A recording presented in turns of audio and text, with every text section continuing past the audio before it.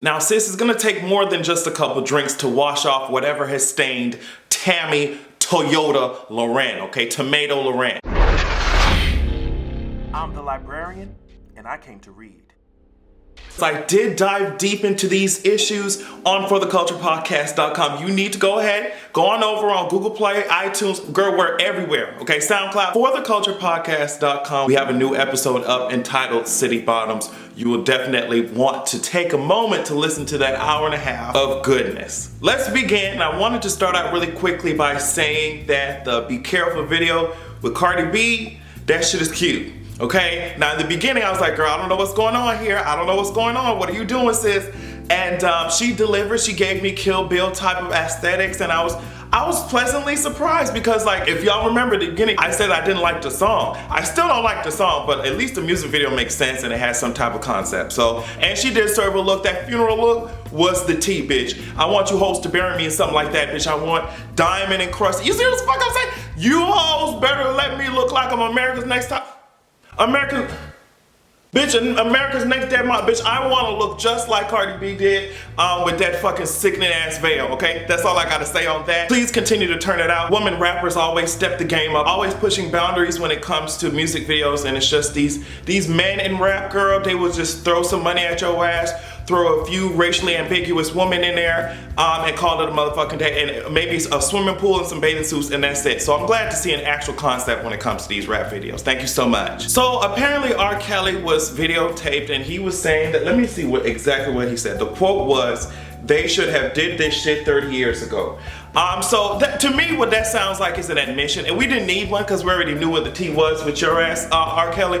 But it's interesting that your ass now is talking about, well, if y'all girls were so mad, you should have tried to handle this shit 30 years ago. Girl, they did. They did. And it's just now that women are receiving the power that they need from society to be able to do this shit. Girl, and they're pulling up your track record, sis. But there are a lot of people who still support you because I'm reading here that your streaming numbers increased after they pulled your ass off Spotify. So I'm just like, okay, obviously we have a rapist. We have a rapist in the music industry. You need to hide your middle school kids, hide your wives, and hide your husbands too, bitch, because it really ain't no talent. It really ain't no talent. Y'all got these Bill Cosbys and Chris Browns and R. Kellys walking around here. I'm not here for it. Get their ass out of here. I don't know what alien race needs to take your ass to rehabilitate you, maybe do a mind wipe on your ass, and so we can start from scratch, because all of this abuse that your ass is pushing through the fucking community, I'm not here for it. We need to do a hard reset on, I don't know if we got to press both these buttons and hold that shit. We got to do a hard reset on some of your fucking faves. I mean, they're out of control, they're out of whack, all types of bugs in the system, you know what I mean? Didn't even update their shit since 2007, so it's no telling what type of lag is going on. We need to do a hard reset on some of y'all faves. What people don't understand is that people depended on shit like that. Bill Cosby depended on the whole, oh, I'm Bill Cosby, so no one will ever believe you type shit. These are the things that celebrities depend on so they can abuse people, girl, and we're seeing right through the bullshit, and I just wanted to let him know that his days in this industry is numbered, because we're kicking that ass out. It doesn't matter if you're getting an increase in streams right now. We'll look at this shit a little bit later and see how long you last, girl, because they're coming. They're coming for your ass. Justice is coming. Okay? It really does make sense that I'm calling her Tomato Lahren, because inside of her skull, I'm sure the only thing that is there is marinara sauce, is spaghetti sauce, sis.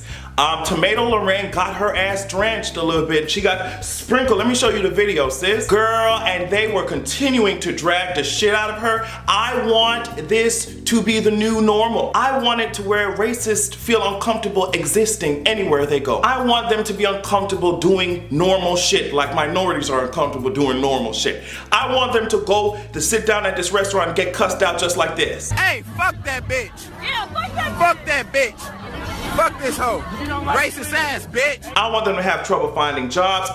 Yes, I said it, and everybody there should have thrown a drink on her. Yes, I said, you can be mad that I said it. Her rhetoric makes it easier for black people and people of color to die. That's it, and she's not the only one. That's what racist rhetoric does, okay? It tries to erase your experience and your identity. It tries to say that you are responsible for your own oppression, and it tries to kill you. So you can throw as many fucking drinks as you want in that bitch face, and it will not equal half of the damage that she and so many other people who think like her are doing to our fucking society. Throw those drinks, I don't give a fuck. And maybe when you smell like a bunch of gin and tonics or some shit, what do white people drink? White people love them some fucking, oh, what is it? Bloody Marys. Yes, ma'am. And while you're sitting down smelling just like the tomato juice that is in these Bloody Marys, Tomi Lahren says, I want you to really think about the bullshit that you say. Minorities are collectively saying essentially the same fucking shit, and here your ass goes running around town trying to diminish them. And now that your ass smells like a vodka cranberry, sis, I really want you to think about the shit that you're saying and the shit that you're doing. But I know that you won't, because what did you get endorsed by Donald Trump? I think a couple, like today, I think. You sure did. 12 hours ago, Trump said everybody is with Tomi Lahren, a truly outstanding and respected young woman. So yeah, I know you're smelling yourself, but the problem is, sis, that thing that you're smelling is you currently rotting. It's you rotting,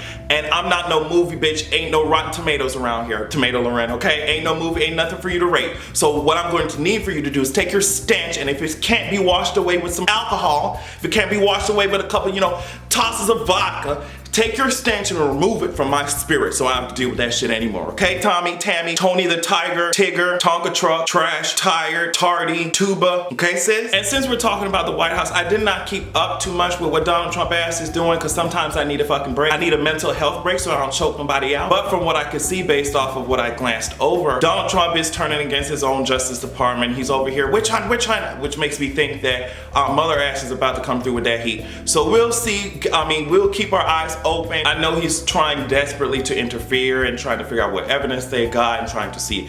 So it's going to be a circus. It's going to be a circus. Apparently the courts ruled that it's unconstitutional for Donald Trump to block anybody on Twitter. And it's just like, okay, this is cute, but damn, don't we have more shit to be worried about? And Mother Nature is tired of the bullshit too. She must be, because apparently there is a sinkhole on the White House lawn that is fucking opening up. It's getting bigger and bigger. You can look this shit up. And I was like, okay, girl, do what you had to do.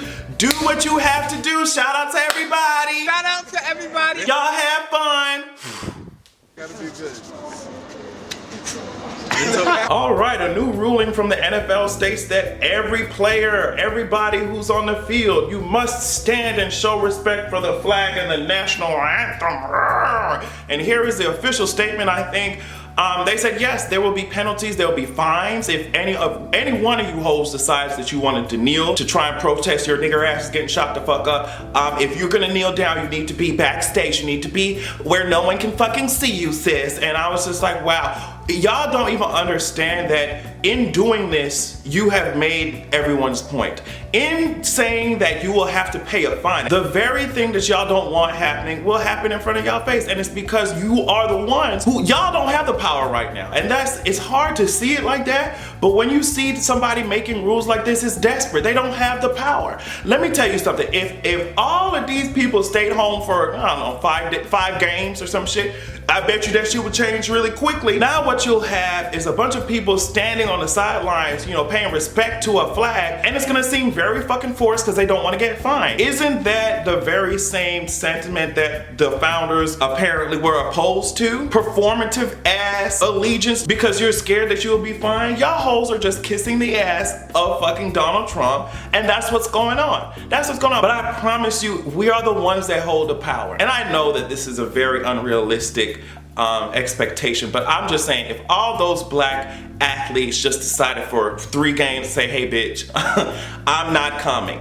They literally couldn't do shit. They would have to change the rule back, cause that's their money. What are y'all gonna do? What are y'all gonna do? I thought y'all hoes were talking about America as the land of the free and shit like that. I thought you could express your sentiments when it feels like your country is fucking ignoring you without somebody thinking that your ass is a traitor or completely unpatriotic.